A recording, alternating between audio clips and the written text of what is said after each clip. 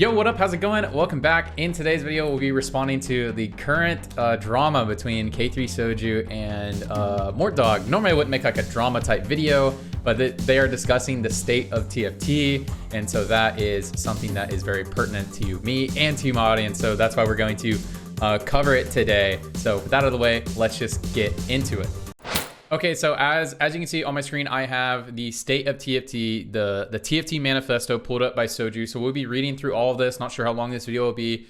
Mortdog responded on his stream, and he has a whole stream VOD of him talking for like an hour or so. I watched the whole thing. I will leave a link to it below if you guys want to watch it. We will not be watching it. I have taken notes. I paraphrased things that Mortdog has talked about in his stream VOD, but again, if you guys want to watch him just talk about it, just please go watch the stream VOD. I'll leave a link somewhere, but I have paraphrased on the side so that we can look at both of the things, and I will give my thoughts. I kind of have some hot takes in here as well, so let's get into it. So in general, we're going to cover each point, but I just want to say in general, I just want to talk about this, something that Mortdog talks about all the time on his stream and all the time in his, I don't know, anytime someone criticizes the game or any high elo player like Soju or anybody who's a little bit more hyperbolic, every time this happens, I understand why he gets defensive, but he always says stuff like high elo players don't test, they just mauled, and like kind of acts in a way, and I know he doesn't actually think this fully, but the way that he acts in his responses, Mortdog, is that every player that Mortdog represents, or not Mortdog, that Soju represents all the high elo players. And I do think Soju represents a very large portion of them, and a very large portion of the player base just does whatever Soju thinks just because he's the most popular player. I watch a lot of Soju. I'm a big Soju fan, honestly, but I am not one of those players. I am constantly testing. I'm constantly trying to find what is the new tech. I play this game because I like playing it. I do not care about min-maxing meta and abusing meta, stuff like that. I only climb just so that I can show people, yeah, I'm actually good at this game. So I just want to say that, like, there are plenty of players like me and other players who legitimately go into each patch trying to find the new tech, trying to find some dark technology, trying to find something fun, something that goes against the grain. And let me just tell you, this current patch, the first patch, and it is the first patch, is not conducive for that environment. The things that are OP are so glaringly OP and so imbalanced that it is, even if there is a new way to play a certain comp and new stuff, it is so difficult to test or even to gather data, because like something like Ahri could actually be strong, and there actually might be a really good Ahri build, but it is so hard to even gain data because you are going to lose to the Sivir build, you're going to lose to the Renata build, and it is just this patch is just impossible to even find the tech, because you're going to go 8th every game trying to find it. And then like, even if you find something good, then cool, you go top 4 that game. But like, how do you even tell if it's strong? Because other things are just so broken. Like, I don't know if other things that are weak need to get buffed, but like the things that are broken are so broken. And Mortdog does say that. Okay, now that I got that out of the way, let's get into each point. So we're gonna go through the balancing stuff. Yeah, I'm not gonna talk about this. You guys can read that if you want. So we'll talk about balance. Let's go through Soju's stuff, and then we will see what Mortdog says. So champion balance, the most obvious example here is Silco and Ahri. He's saying Silco is super OP, Ahri is not very strong. So how can Silco and Ahri be released in that way? 40 base mana, no mana lock, gives mana, grants CC immunity and HP, standalone half the time. Even if Silco didn't provide mana for 2 units, he'd still be strong. And Mortdog straight just agrees. So kind of some cold takes in here so far. So Mortdog just agrees, yeah, Silco's OP. And they're definitely going to look at something, and he thinks that they're going to nerf the duration of the buff, and nerf the duration of the buff, and one other thing, but they do want Silco to cast a lot. So they don't want to touch his mana. They do want him to cast a lot, but they want him to really feel like sometimes if he casts a lot, it feels bad. But right now, oh, and they want to nerf the attack speed on 2-star because the attack speed's crazy. So Mortdog agrees. They're going to be looking at Silco, going to be trying to find a way to tune him down. He is definitely OP right now. They want him to feel more risky to play. That you can like accidentally kill your own team, which that very rarely is playing Silco a bad idea right now. It is good to play Silco in 99% of scenarios. And they want it to be like good to play Silco in like 70% of scenarios, you know? Like they want him to be really strong. So I agree with that, and Mortdog agrees with that. So pretty cold take here. Cool. What else is in here? Oh, the combination in Hex deck, Sivir, Silco buffs Sivir and Jarvan. Jarvan can instantly cast on your backline, Sivir attack speed, and your Sivir and expedited cast as well. Okay, Mortdog agrees that it is an OP combo, and he actually didn't know about the combo. And I don't want to hate on Mortdog here because he's got a lot going on, but like, I haven't played a single game of Sivir Jarvan, but like I was playing a game and had to play it for a second. Like I don't abuse meta. I think it's so boring to like in metas like this. I don't abuse meta. I think it's so boring. So like, I mean, I'll play it if I get the board, but I was playing like Sivir and I was like trying to transition to like a gen board or something. And as soon as I got Sivir in, I was like, oh, I could totally just buff Jarvan and Sivir. It was the first thing that I did. It was the very first thing that I did. It was so clear to me and obvious how broken it was immediately. So I do think it's kind of weird he didn't know about it. But again, you know, he's got a lot going on. Whatever. Not going to hate on him too much. Cool. What else we got in here? He just thinks Alistar getting buffed by Silco is OP. Okay. And then yeah, this is just talking about Silco being OP because he's like buy 2-star on 8, which gives Bruiser, Enforcer, and Rival. He's like, why would you play that if you could play a Silco 1? Which yeah, that's fucked if a Silco 1 is better than Vi 2. And yeah, Silco 1 is better than Vi 2 in a board where Vi should fit in perfectly. So Mort agrees with all this. Last thing is just look at Ahri, man. He doesn't really give anything. He just says compare Ahri to other forecasts, especially Renata, but that's a different story. And so Mortdog, he talks about Ahri and he says Ahri has a problem that he thinks that she is unintuitive to play. You know, meaning that, you know, naturally like playing her feels weird because she's supposed to be like a big AP forecast. But instead he says, you know, what they've tested that she's better with tanky items and just to stall people out, which I think is the appropriate way to play her. I think you play her a lot more similarly to like something like Nico in set 4.5. Except for that she doesn't one-shot quite as hard as something like Nico does. But Nico, you need to buy a lot of time. She has to scale up. You know, her damage doesn't come out super fast. So I do think that is how Ahri is going to be played. And he thinks that she maybe doesn't need to be changed at all. I agree. Maybe Ahri doesn't need to be changed at all. But where I will go against Mortdog here is because he is like, oh, people just haven't learned how to play her. People don't know how to play her. And that's why she's not good. I am here to say it is so difficult. Even if she is strong, it is so difficult to play Ahri or to play anything else and to try to actually min-max when these other things are so glaringly OP. Now, like, before any of you guys comment like, I played this and I first placed and I played this and I this. Guys, you can first place with other comps, but that is called high rolling. That is what that's called. It's called high rolling. Okay? If you high roll, you can win. But like where a meta is stable is that like if no one's high rolling, but everyone, you're playing a high elo lobby, everyone's playing like everyone's playing with solid fundamentals, then ideally what should happen is there should be like 5 or 6 boards that could reliably first place at most lobbies, you know, at least. But right now, what it is there's 2 boards that can reliably first place, and that is the Sivir board and that is the Renata Bruiser boards. Those are the boards that can reliably first place or reliably top 2, and every other board that first places, they have to do it by high rolling. Like if you high roll a Tryndamere build, you can definitely first place. You could high roll an Ahri build probably in first place. You could obviously high roll and play a full legendary board. You could play a 2-star Jinx board and probably first place. But the point is, in really stringent metas like this, and this is why high elo players complain a lot, is when there are a small pool of comps that reliably top 2. And currently that is 2 compositions that reliably top 2. Every other composition you need to high roll to compete for those spots. If not, you are playing for top 4 if you are not playing for those. Because if you fully cap a Sivir board, it will always be stronger than any other fully capped forecast board except for maybe Renata. The only way you beat it is by having fully capped legendary boards or high rolling another board. You know what I mean?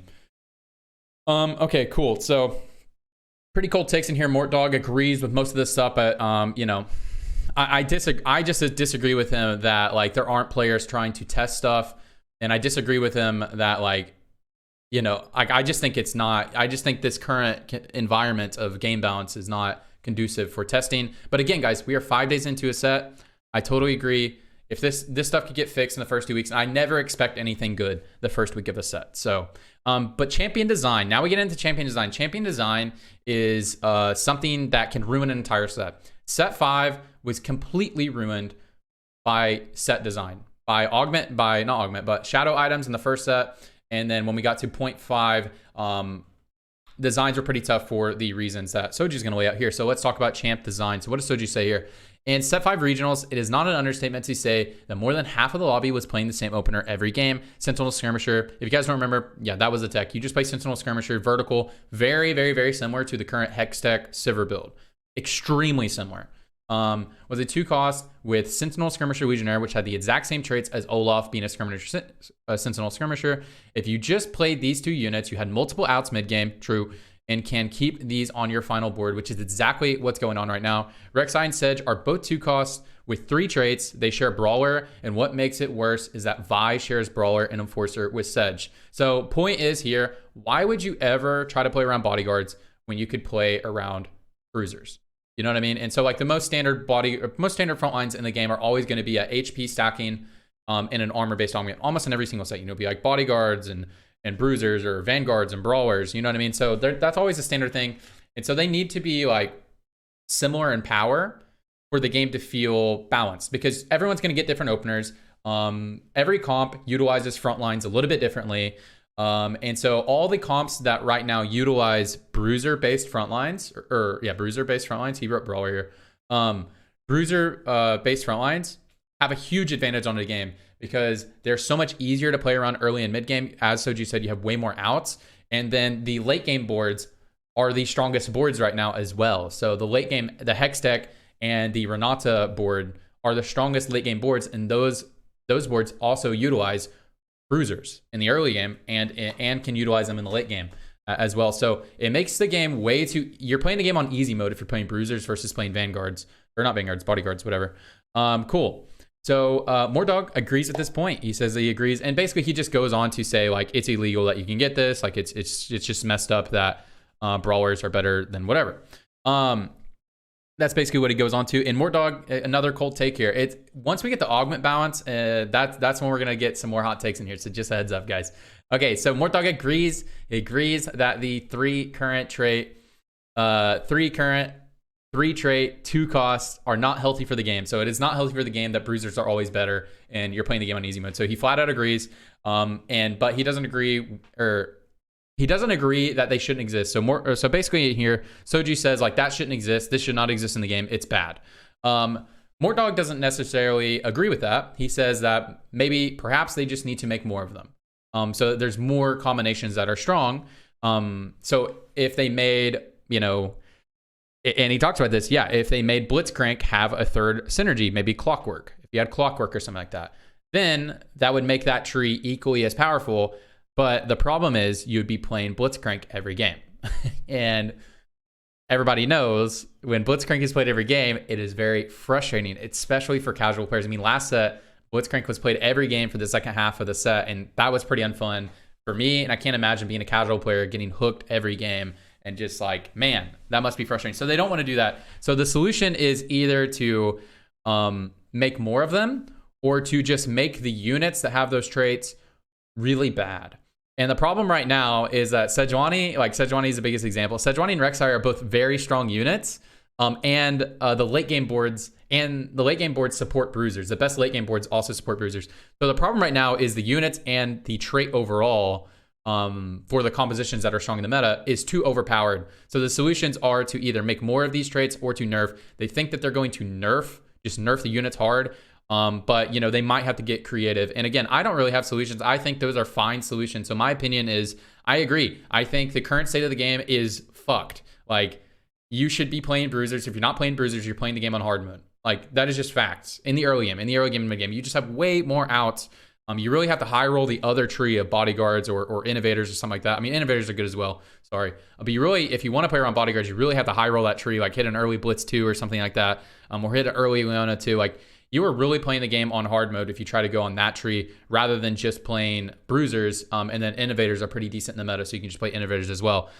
So yeah, totally agree. Mortdog agrees, and maybe just like hard nerfing the units will fix it. And so that's what they think they're going to do, is they're going to try to hard nerf the units and nerf the comps that support those, and maybe it'll fix it. Who knows? Maybe it'll fix it. I think it might fix it, because just think about Blitzcrank. It wasn't like that OP. Last set, it didn't feel that impressive. It just sucked his Blitzcrank was in every game. And just, hey, maybe Sejuani is going to be in every game. And is that the worst thing in the world, having Sejuani in every game? I don't know. It is annoying that Enforcer is in every comp. I will say that. But anyways, that's about it with champ design. Let's go down to Augment Balance. Now, this is when it gets a little bit more spicy. It gets a lot more spicy at the competitive stuff because, maybe I'll take Mortdog's side on one of these. I'm mostly on Soju's. I mostly agree with a lot of Soju's points and disagree with Mortdog, but I start to agree with Mortdog once we get to the end here. But let's talk about some of this stuff. So let's go through Soju. So Augment Balance. The balances set are just much stronger than last set. This is fine, but at the current state, it's not. The 3 most common openers are Bruisers and Hextech. So he just talks about the things that are OP.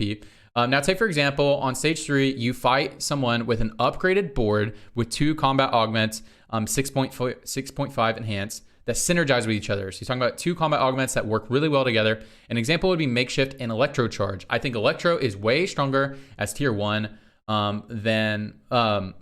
but that in combination with Makeshift just makes a board way too strong. If everyone were on even playing field, this would be fine. So to kind of distill this a little bit, Soju thinks augment combinations are too OP and that it's not inherently bad. It's just there needs to be. It's not inherently bad. It's just the problem is not everyone is going to have those OP augment configurations. So the people who have the OP augment configurations are playing the game on easy mode, and the people who don't have it are playing the game on hard mode. And that's his problem, is that he thinks there's too much disparity because these OP things exist. So what Mortdog say? Mortdog disagrees with Soju. He thinks that certain augment combinations should be OP, and that should be considered like high rolling. But rather, augments should be looked at individually instead of as a combination. So if there's a combo that's OP like Makeshift and Electro Charge, maybe Makeshift or Electro Charge needs to be looked at because it is very difficult to balance combinations. And he thinks that combos should be very strong. The only exception would be, and I'm going to put in words in his mouth. He didn't actually say this, but I think he implies the only exception should be if something is like so unbelievably overpowered. Think back to like Dark Blue Buff LeBlanc or Dark Blue Buff Rise. That is a combination, like, you know, the idea of like something, shadow items where they should be really OP in certain situations, but sometimes they are too oppressive and too unfun for the game that it makes it poorly. So that would be, I imagine that would be the only time they'd look at combinations. But in general, he thinks that they should look at augments individually. Guys, I agree. I agree straight up. I straight up agree with Mortdog. I think combinations should be OP. I think certain augment combinations, I think you should high roll sometimes. We're playing a game that has chance, and I think sometimes if you're playing against players at your school, I think sometimes your best placement you can get should be like a 5th or 6th, man. Like even if you play really well, I think sometimes, you know, some people high roll and you low roll and you fight for 6th place. I think that should be in the game. Like TFT is such a game that like the data is looked at over time. And Soju talks about this a lot on stream. So it's not like he doesn't view the game like this. Like you can only tell a good player by a long period of time. Not like an individual game. Like you should be able to low roll. So I think augments, if there's a lot of OP augment combinations, I think just maybe augments in those combinations should be nerfed. Like if Makeshift Electro Charge is like the best thing you can have in the game, maybe one of them should be nerfed. You know, I agree with Mortdog that they shouldn't be looked at in combos, because like I don't even know how you balance that, because like how often do you actually get specific combos in games? Probably not very often at all. So yeah, I don't know. Okay, so I disagree with Soju. I agree with Mortdog. Okay, cool. There's a huge difference between getting econ, combat, then combat, econ, combat. So he's saying like, basically what he's talking about, if you didn't understand that, basically what he wants to talk about a lot here is if he's going to complain a lot about like getting an econ trait first versus getting econ trait second. Basically, if you guys don't know, getting an econ trait on stage 1 is like really OP, but on stage 3, it's usually pretty bad. Okay, so why are we even offered true 2s, 3's companies, or 4-score golden gifts, treasure trove on stage 3, let alone stage 4? He's like, yeah, why are we getting offered these on stage 4? And he's like, we probably shouldn't even be offered on stage 3, but we're still getting offered stage 4. If it's available, why do these augments not scale with stage? Yeah, why do they not scale with stage if they're available? So Mortdog, before we talk about the true 2s, because I like hard disagree with Mortdog, but he agrees that augments should be tagged as like econ or combat, and that you shouldn't be offered more than one econ augment on stage 3.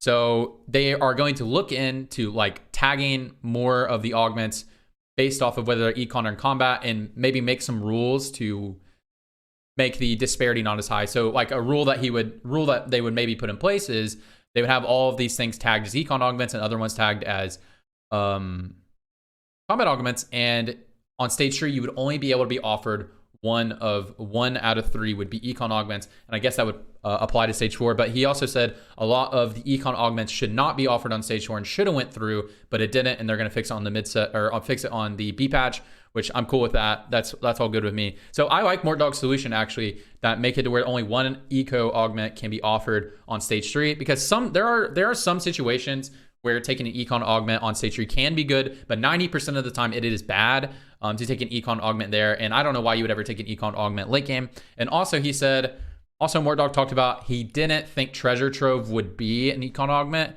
When they made it, they had the idea of they want it to be an econ augment, but also be a tempting combat augment because you get an eco's help from it, stuff like that. But he said that was wrong, and it's probably just an econ augment, and they should look at that augment in that lens going in the future. So they may do that in the future. I like Mortdog's solutions here. I think it'll be very good for the game. I 100% agree with Soju, and I agree with Mortdog's solutions here. I think it's great solutions. One thing I do want to talk about is true twos. And this has been a true twos, if you guys have not been keeping up with it, has been a hyperbolic subject right now, because every single competitive player, every single high elo player, I mean, I have not seen a single player come out and say it's not strong. Maybe I'm sure there are, but every single player that I've seen who has talked about true twos, I've talked about how unbelievably broken it is at 1-4 and how bad it is on stage 3. Guys, I'm going to come out and say it is unbelievably broken. If you are playing with players of your skill level and you get 2-star 2 cost on 1-4, dude, you have the most free early and mid game you have ever played in your goddamn life.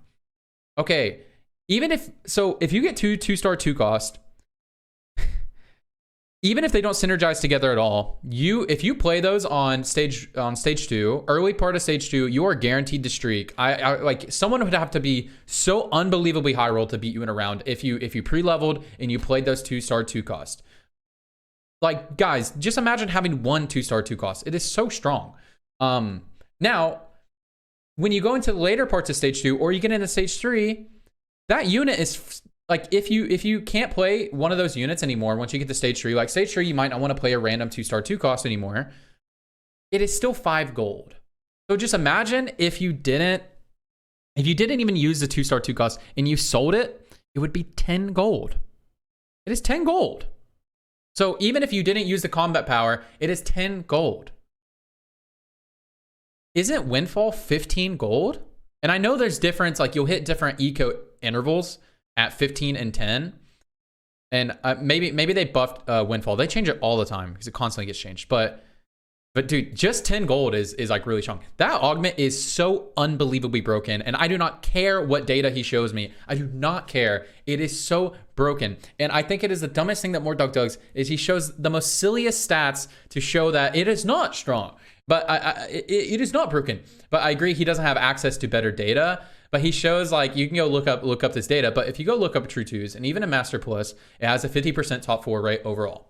So you would look at that and go, oh, it's balanced. But you can't filter for taking it as first augment or second augment. Because if you take it as second augment, you are griefing. You are trolling. The only time it works as second augment is if your board is absolute shit and you need like an upgraded unit. But if your board is so absolute shit that you need to take an augment to get an upgraded unit, you are bot for it anyways. Or you take it and you just somehow high roll and hit a 2-star 2 cost that actually fits into your build. Like, let's say you're playing Rek'Sai reroll and you hit a 2-star Rek'Sai off of it. Like, of course that's OP, but like that is so unlikely that it is so bad. So if you take it as second augment, it is so likely that you're going to bot 4 because there's so many other good gold augments. But if you take it at 1-4, it is so much more likely that you're going to top 4 than not. And then the opposite is true. So if you look at data that shows both points, that is useless data because the augment is so different depending on what stage you get on. Oh, the other thing that I didn't mention is Soju talked about why don't more augments scale with stage, like the econ augments. And Mortdog says, and his reasoning is the reason why it doesn't, a lot of more augments is because they don't want casual players to have to read a paragraph. I agree. I agree.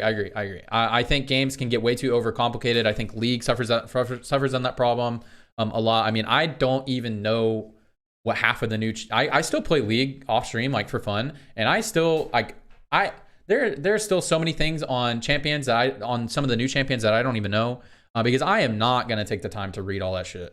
So I can totally get casual players will not take the time to read this. I would take the time to read everything. But again, I play this game, you know, I spend 10 hours every day on TFT. So, you know, so yeah, they're not doing it for someone like me. Oh, okay. And Mortdog also agrees that the augment disparity currently at this time is too strong in the early and mid game. I don't know where it says it down here, but if you guys want to read this, you can read this. But that is what they talk about. Like just basically Soju's whole point is augment disparity is too crazy.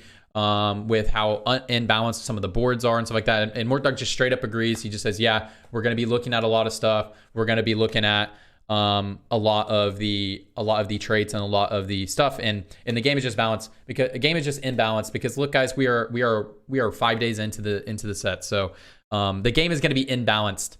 So he just agrees the game is going to be imbalanced. They're going to be looking at a lot of stuff. So they pretty much agree here. Okay, here's the last thing we're gonna talk about is competitive TFT. Now this is where it gets spicy.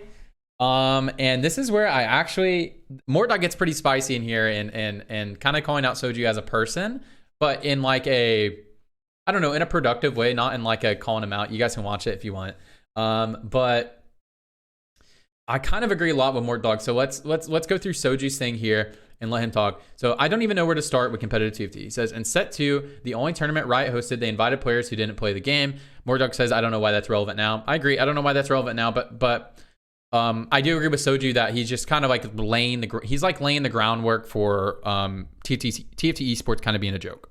In set 5, competitive really took off. Mortdog says it took off in set 3. I don't really know how to comment on that, so whatever. But he's just saying it kind of took off. And regionals was the most stacked tournament. Yeah, I remember set 5 regionals being pretty good, and 5.5 being really good. I hit challenger on that patch. I thought it was really hype around that. So anyways, they asked for feedback, and collectively we said having one tournament that matters the entire set is kind of lame. I agree, it's kind of lame. Yeah, it's pretty fucked. So what did they do in set 6? Make it so that we must play in these open qualifier tournaments just so we can play in the same one tournament that matters each set. Are you guys as viewers hyped for Piltover Cup or Zon Cup? I know for sure the majority of players aren't. Let's talk about this part real quick. And before I get into Mortdog section, because Mortdog section is more pertinent to some of the stuff over here, but Mortdog did talk a little bit about, he said he thought viewers were hyped. And I agree. I think a lot of players are hyped about the tournaments. When they get to watch their favorite player. I think the tournaments themselves aren't very hype, but I think if you're like a big Soju fan, I think it's really hype whenever you're watching him play and he's playing really well in the tournament. I mean, I played in the Zon Cup, and my internet was not allowing me to stream, but you know, I had so many people rooting me on. I like all the people who watch me were really excited. They were so excited about the Zon Cup. They couldn't wait for me to play it again. So I think viewers are hyped, and I will disagree with them. With majority of players aren't. I had a blast. I thought it was so fun. I got eliminated in the first day, and I think when he says majority, I think it's him and the other like top 10 players don't enjoy playing it. But dude, everyone else I think had a blast, even if he lost. I thought it sucks that they had 3. I think the 3 games sucks, and he talks about that in the second half. And I think it is so messed up. Yeah, we need to play 6 games per lobby. And I think the 3 games per lobby is ridiculous. And that sucked about Zon Cup. Like if we played 6-game lobbies, I would have made it to day 2. Because I bought Ford only 2 times, and one of them was a 5th place, and I first placed 2 games. So like I for sure would have went through if we averaged out 6 games instead of 3. I think averaging 3 games to do a cut is absolutely ridiculous. So I agree with that like as a player, there are some things that suck, but like I was still so hyped to play in it. So let's read more of this. So I know for sure majority of players aren't. Did you guys even know the tournament was going on, or given Riot put literally 0 effort into advertising it? And so Mortdog talked about this. He said he agrees that the tournament should have been advertised more in the client, and that they meant to do that, and they don't know how that didn't happen, but they will try to do that better in the future. And I agree too with Soju. Like, look, I am someone who constantly plays TFT. I follow every TFT person on Twitter. I'm constantly looking at the TFT news. I'm trying to make videos. I'm trying to cover everything. And I qualified for Zon Cup, and I barely knew any info about it. I don't know what they need to do to get more exposure out there, but like I don't even know where to find this type of stuff without just like Googling it and finding it somewhere. Like I don't know what they need to do. And Mortdog also is like, I also don't know what we need to do, but they're looking at it and trying to do better. And I don't know what they need to do. Maybe you guys have solutions. I don't know either. They advertise on Twitter. They do stuff. You know, like, I don't know if targeted ads on YouTube and Twitch would be good. Maybe it would be good, but I don't know. I think putting it in the client is nice, but even when they had it in the client, people still didn't know about shit. But like, that's what I'm saying. Like, I play TFT. It is all I think about, you know, is primary thing that I work towards. And I had no idea. I barely knew anything about Zon Cup, and I qualified for it. You know what I mean? So, yeah, I don't even like know what to tell my viewers when they're asking stuff about it other than like the date and time. But like, yeah, I don't know.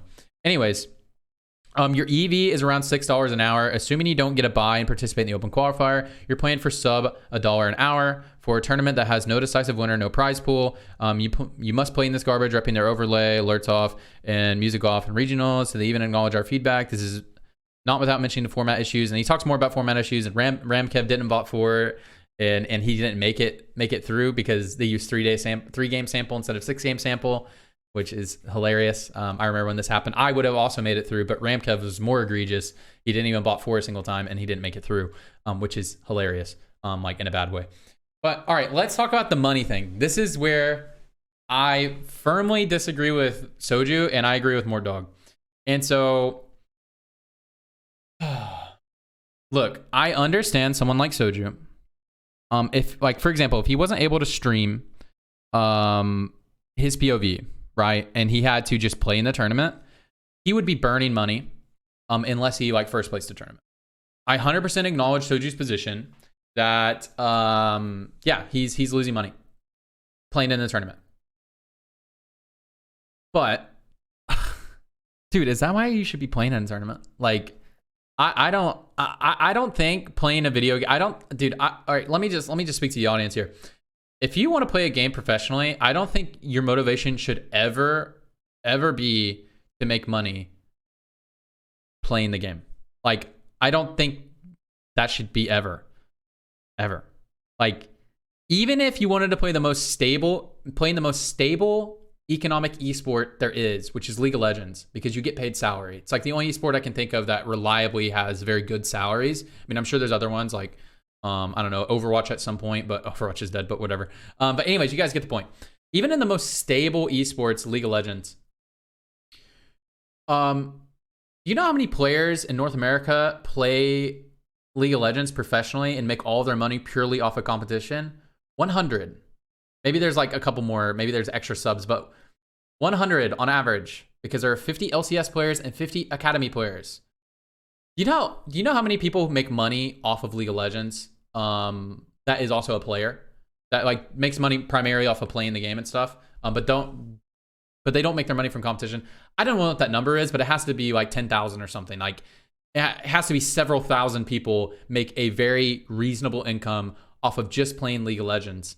It has to be so many people, because if you want to play a game full time and that you want to make money from that, let me just tell you guys, you need to become a content creator. Becoming a pro player is so unlikely and so unrealistic. That should never be your financial plan to make money. If you want to make money playing a game, go play poker. Go play, I don't know, go play poker or do something else. Like, it is, if you're wanting to play TFT to make money, or any video game for that matter, like that is just not the right motivation. Like, I would be happy to play in, and I understand Soju's position that like he makes unbelievable amount of money compared to normal people, compared to me. I understand his position, but like, I would play in the tournaments for free. If I made $1 million a year, I would play in TFT tournaments for free if they were fun to play in, as long as they're fun to play in. And even in this shit format where you get eliminated after 3 games, I still enjoy playing the game. Like, I still like had a blast playing the tournament. I was like stressed out, I was playing it. Like, I got my adrenaline going. It was such a fun time. And like, guys, like, do you know Olympic athletes don't make any money? Like, Usain Bolt is rich, but he's rich because he has brand deals and he does content like commercials and stuff like that. The same way you make money playing TFT is the same way Usain Bolt makes money, who's a huge mega celebrity, is you make money off of people knowing who you are and making content like this, like videos, like streaming, and you make money from that. You don't make money from competition. The only things you make money from competition are the biggest sports in the world, like basketball.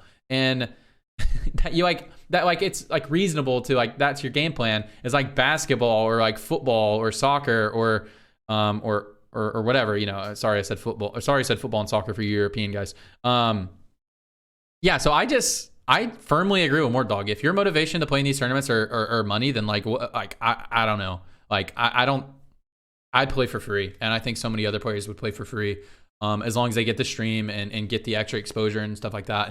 And I understand Soju's position that it's really not worth for him, and if he doesn't want to compete, then don't compete. Like that's just kind of the way I see it. I don't know. That's the way I see it. I agree. Cool.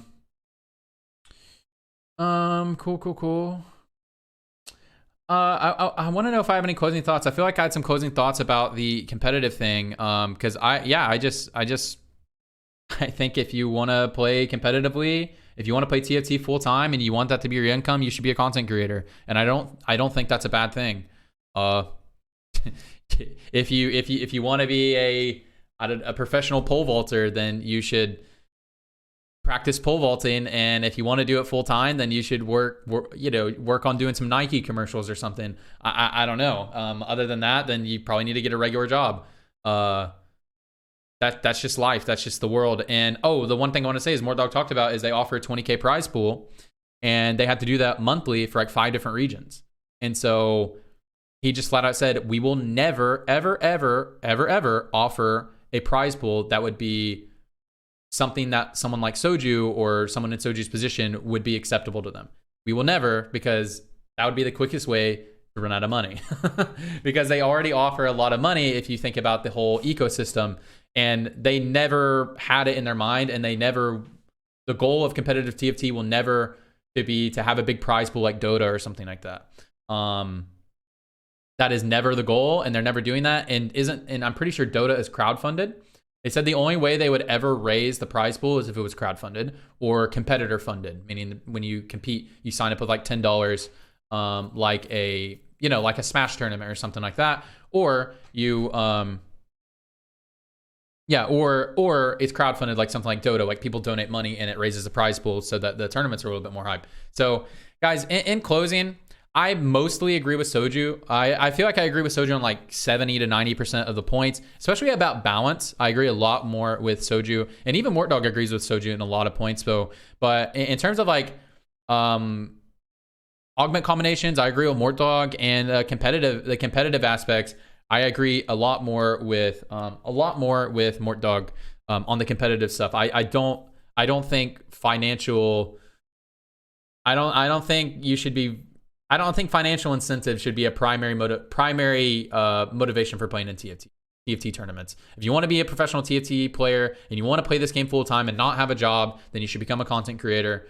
Flat out, that's what you should do. And for people who can't become content creators, like I know that sucks, but guys, the world isn't perfect. And if you want to truly make TFT something you can do full time, then you have to invest a lot of time in it, learn how to do video creation, learn how to do that stuff, and either work a part-time job or save up money to do that. And like that's what I'm trying to do. And other people have been successful at it. That's what they've done. And that's what you do to make money in TFT. And that's what it'll always be. You will never, unless you're playing in China, you will never be able to make a full-time income from playing in TFT tournaments. Flat out, that'll never happen. Straight up. Anyways, guys, that's all I got here. I hope you guys enjoyed this, enjoyed my takes on this, and this is just my honest feedback, and just kind of I'm talking a lot of off the cuff, and again, I think Mortdog raises a lot of good points. I think Soju raises a lot of good points, and I mostly agree with Soju, but on the competitive stuff, definitely agree more with Mortdog. If you guys want more of me, you definitely can follow me at twitch.tv/tradingtft. I'll be streaming a lot, taking a break on this patch because this patch is awful. So I'm taking a break until the B patch, but I'll be streaming a lot this set, so you guys can catch me there. Or you guys can catch me on twitter.com/tradingtft. I post there every day if you guys want more of me. Anyways, I hope you guys have a good day, have a good night, and wherever you are, hope you're doing well. See you guys later. Bye.